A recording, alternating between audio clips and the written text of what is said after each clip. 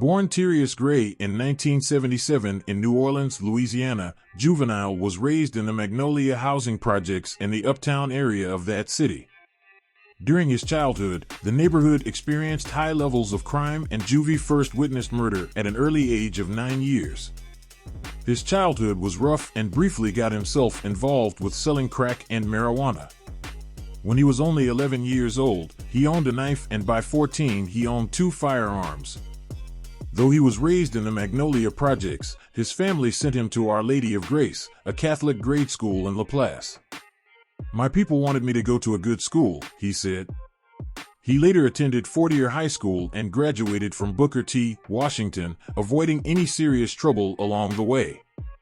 He started to rap at 10 years old and was inspired by Grandmaster Flash and the Furious Five. Juvie could rap at any given opportunity, be it in school or in the hood, where he also formed a local rap group called 3 Grand. When he was 16, this band released an album titled 3 Bad Brothers. As a high school freshman, at only 14 years old, Juvenile penned lyrics for DJ Jimmy, then one of the most popular bounce artists in town. The song Bounce with the Juvenile introduced Juvenile to the market, though Juvenile contends that he did not earn his fair share of royalties from his work with Jimmy. After the moderate local hit with DJ Jimmy, Juvenile set out to garner solo success as an artist, and that led him to Warlock Records.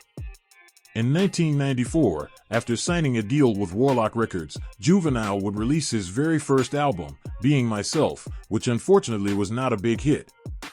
At the time, Juvie was just honing his craft, learning the ropes of music, and finding his voice.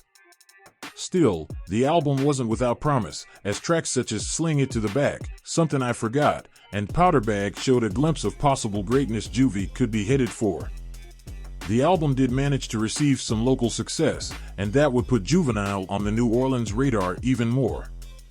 Following a brief and creatively stifling stint with the major label Warlock, based in New York, which soured his perception of the music industry, he shifted his focus to performing at club gigs, frequently at venues like the French Quarter House of Blues.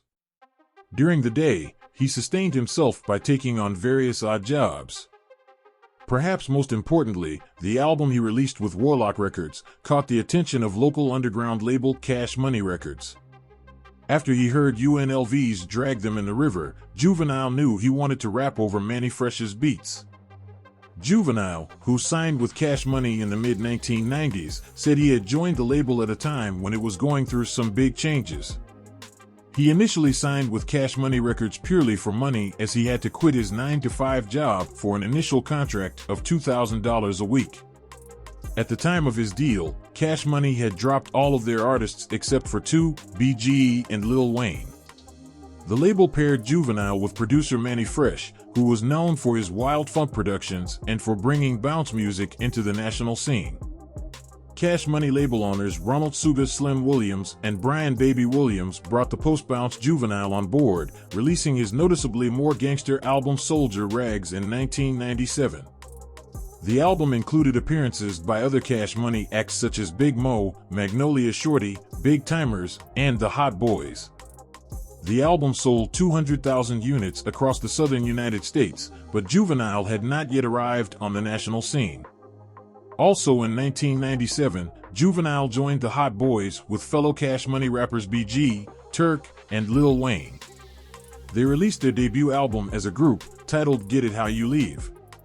A rapper named Bulletproof was rumored to be in the group as well, but he instead made an appearance on the group's first album as opposed to joining the group.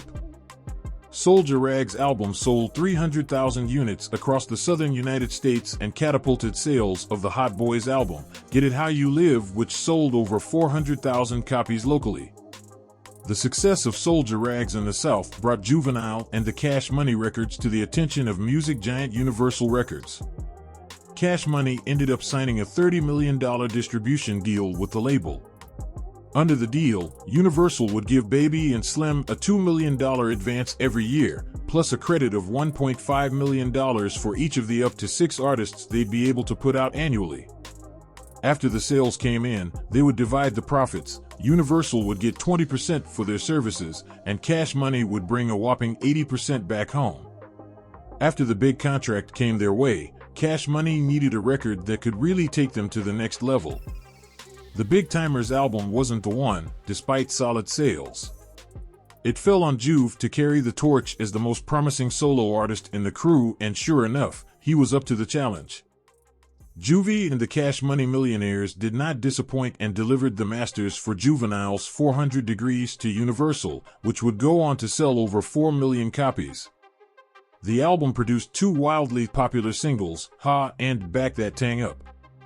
With bouncy, driving beats, the songs hit the top 10 charts and received frequent radio play. Juvenile's highly suggestive video for the single was put into heavy rotation on MTV.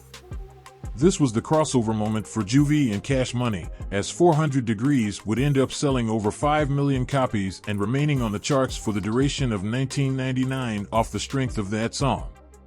Cash Money Records seized the opportunity during their peak period, following the success of the second Hot Boys album, Guerrilla Warfare, in the summer of 1999.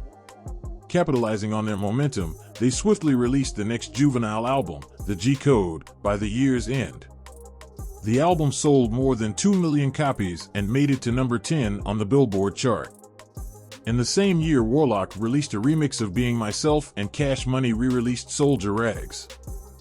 Juvenile officially left Cash Money and began pushing his Uptown Projects Records label, where his brother, Corey Gray, was the CEO. With rappers Wacko, Skip, and a relatively unknown artist named Young Buck by his side, Juvie set out to get notoriety at any cost. He would end up engaging in short-lived beef with Cash Money before deciding to return to the label to fulfill a contract obligation after winning a court case that put millions of dollars in his pocket. After returning to the label, Juvenile came with an album half finished and half produced by other producers that weren't Manny Fresh. He went in and worked with Manny for a few tracks, and with that, his next album, Juvie the Great, was born. Juvenile the Great was certified platinum. It featured the #1 hit Slow Motion featuring Soulja Slim. Following the album's success, Juvenile decided to get his own deal with Atlantic Records, leaving Cash Money behind. He was never able to replicate his early success. In 2014, Juvenile put aside his differences with Cash Money Records and decided to come back home. It was reported that he re-signed with Cash Money because he wanted to retire from rap, where it all started. Then, he explained he wasn't as mad about the money, but more so, he felt betrayed because he looked at Birdman and the rest of Cash Money as his family. In his career, Juvenile demonstrated remarkable versatility as an artist. He fearlessly delved into diverse musical styles, effortlessly fusing elements of bounce, gangster rap, and R&B to craft his distinctive sound. His lyrical prowess, coupled with his distinctive Southern drawl, distinguished him from his peers. Juvenile played a pivotal role in popularizing Southern hip-hop, emerging as a driving force in its evolution.